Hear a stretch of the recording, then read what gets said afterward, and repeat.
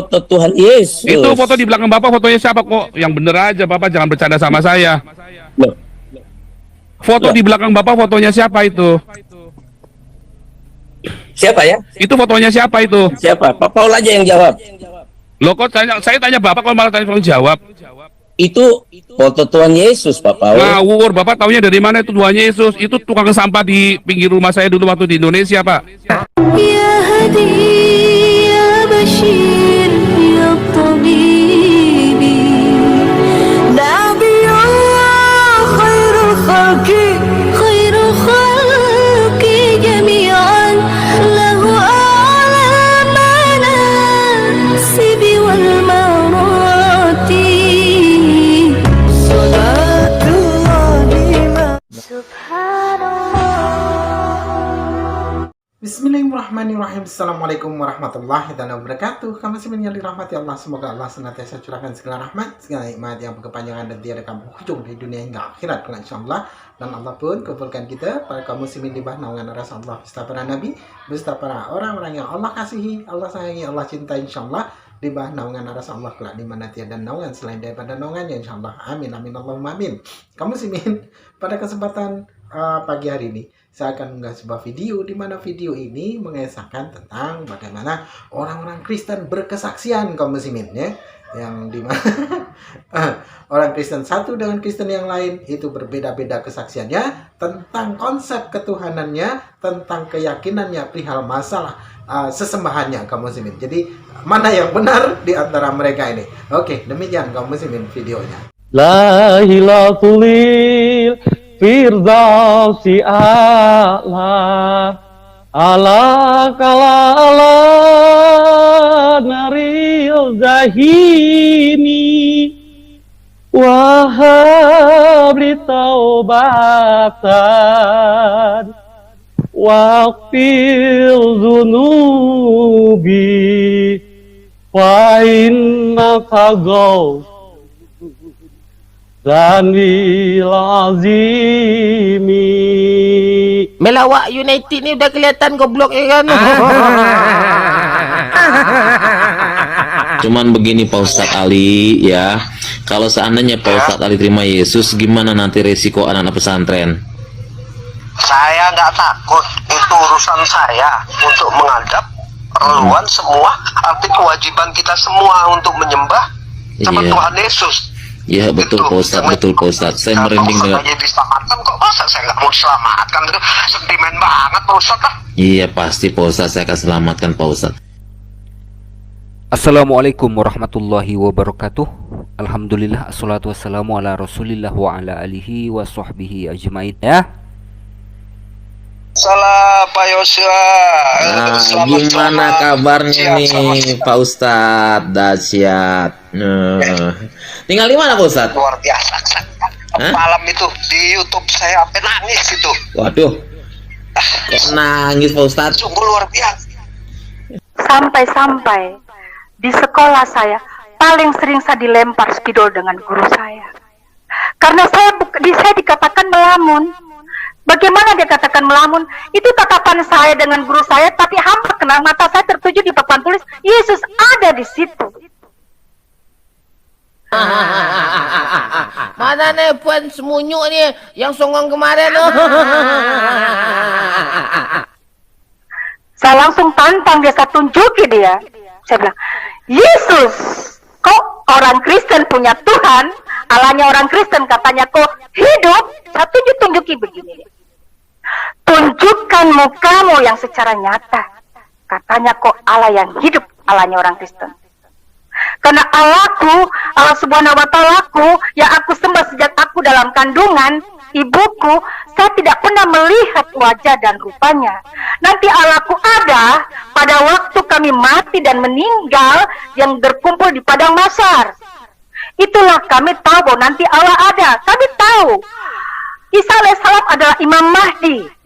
Dialah yang menghakimi nanti orang yang hidup dan yang mati. Kami tahu, tapi kami cuma berprasangka, berpikiran dia cuma dalam kenabian, bukan Tuhan. Lebaran bahagia-bahagia, MU melawak dong.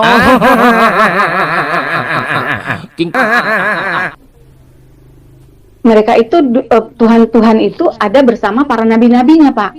Lagi duduk seperti meeting seperti itu.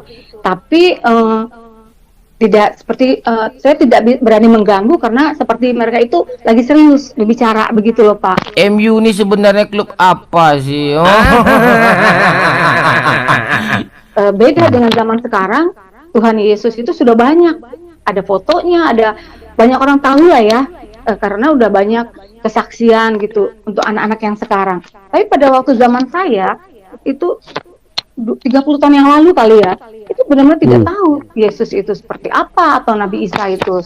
Nah, saya berdiri di samping Nabi Isa itu, saya bilang ini Nabi Isa. Terus fotonya siapa itu? Pak, itu foto di belakang Bapak itu fotonya siapa itu? Foto di belakang Bapak itu. Foto Tuhan Yesus. Itu foto di belakang Bapak fotonya siapa kok? Yang bener aja Bapak, jangan bercanda sama saya. Loh. Foto di belakang Bapak fotonya siapa itu? Siapa ya? Itu fotonya siapa itu? Siapa? Pak Paul aja yang jawab. Loh kok saya tanya Bapak kok malah tanya jawab? Itu foto Tuhan Yesus, Pak Paul. Ngawur, Bapak taunya dari mana itu Tuhan Yesus? Itu tukang sampah di pinggir rumah saya dulu waktu di Indonesia, Pak. MU ini klub astaga. Yang tadi kamu muslimin yang dimana perempuan ini mengaku seorang murtadin ya. Jadi wah dulu dia ceritanya kawin ya, wow, keluarganya berantakan, rumah tangga berantakan, ayah ibunya berantakan, pokoknya macam-macam. Islam yang taat tapi broken katanya. Dulu tuh kesaksian di pendeta Manubulu tuh begitu. Jadi sekarang ini orang-orang Kristen memang ya mencoba ya menancapkan taringnya, bak ular ya, ular beludak itu tadi, mencoba untuk menancapkan taringnya kepada umat muslim ya, dan menyuntikkan racun bisanya supaya umat muslim itu ikut terjerumus ke dalam neraka jahanam ya, agar menjadi kafir seperti mereka, agar menjadi murtad seperti mereka, yang dimana keselamatan itu sudah barang tentu di dalam kekristenan itu tidak ada. Karena yang pertama, Yesus tidak pernah membawa agama yang namanya Kristen. Yesus juga tidak pernah membawa namanya surat-surat Paulus. Dan Yesus juga tidak pernah membawa apa itu kitab Wahyu. Ya, Yesus hanya mengabarkan, ya, membawa berita yang diberikan oleh Allah untuk disampaikan kepada umatnya, yakni Bani Israel. Itu pun yang disampaikan yang mana tidak ada yang tahu. Ya, tidak ada satupun di dalam Bible itu dapat tertulis ya tentang firman yang diterimanya itu. Yesus terima ya dari Allah itu, lalu disampaikan kepada bangsa Israel itu, yang mana kalimatnya seperti apa tidak ada sama sekali ya. Ya, kalaupun di dalam Lukas, Markus, Yohanes, Matius itu hanyalah sebuah catatan-catatan, yang dimana catatan-catatan itu tentang bagaimana perilaku Yesus ya. Jadi perkataan-perkataan itu hanya bersifat soal jawab ya.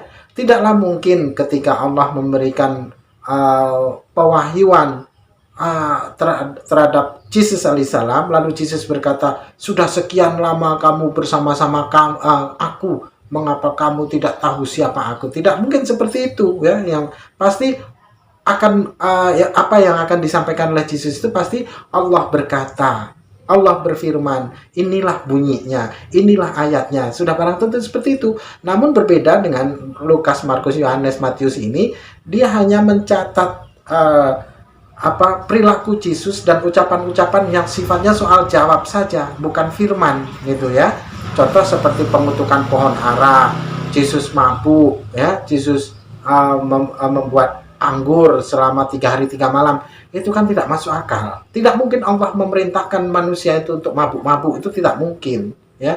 Karena di perjanjian lama sekalipun di kitabnya orang Yahudi itu jelas bahwasanya minum-minum itu ya, anggur itu, minuman keras itu diharamkan ya. Berikan saja kepada orang yang mau binasa di situ. Nah, ini malah Yesus malah membuat anggur untuk orang-orang berpesta mabuk-mabuk, kan tidak masuk akal ya. Jadi jelas ini adalah tulisan-tulisan ya, tulisan tangan manusia campur tangan manusia yang dimana otaknya itu kotor, ya. Maka sesuai dengan apa yang Allah sampaikan di dalam Al-Quran, ya, bahwasanya mereka telah mengubah ayat-ayat Allah itu dari tempatnya, ya, mencabut hak-haknya dari tempatnya. Dan demikian juga dikonfirmasi oleh Bible itu sendiri di Yeremia, itu jelas. Yeremia 8 itu dari ayat 1 hingga habis itu berbicara, konteksnya itu berbicara tentang bagaimana Taurat-Taurat Tuhan ataupun kitab-kitab para nabi itu mereka ubah-ubah sedemikian rupa. Oke, demikian saja kaum muslimin yang dapat saya sampaikan. Saya Ilmu Dusana. Wassalamualaikum warahmatullahi wabarakatuh. يا هدي يا بشير يا طبيبي نبي الله خير الخلق